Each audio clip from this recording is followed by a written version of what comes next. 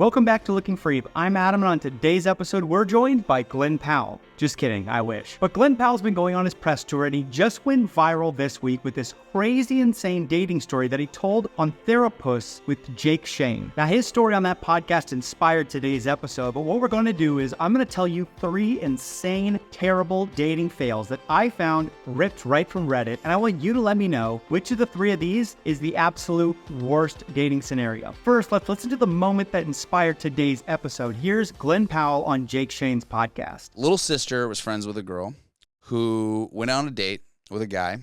The guy's super charming and they have a great night. And, you know, as she got back to his apartment, she just started getting like weird vibes. He's like, "Can I give you a massage?" And she's like, "Sure." So she starts massaging her shoulders and she's like, "I got to get out of here." And he gets a little weird. Like, "No, please don't leave. Sorry." Like, weird, whatever it is. She leaves. Her skin starts itching like crazy. She goes to the doctor and he does a test on her skin. It turns out that it's like a black market lotion that breaks down skin for human consumption. This man was rubbing lotion on her body to eat her.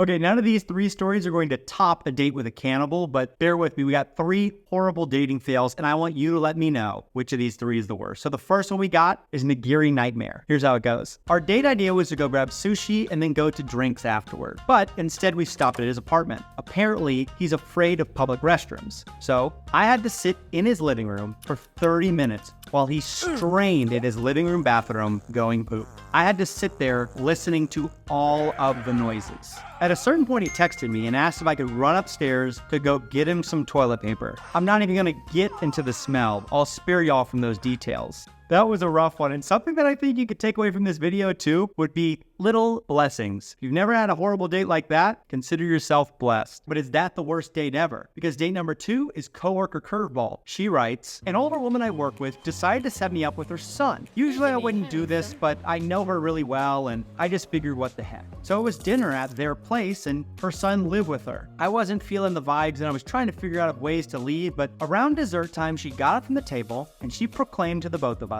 'You two need some privacy for coitus.'"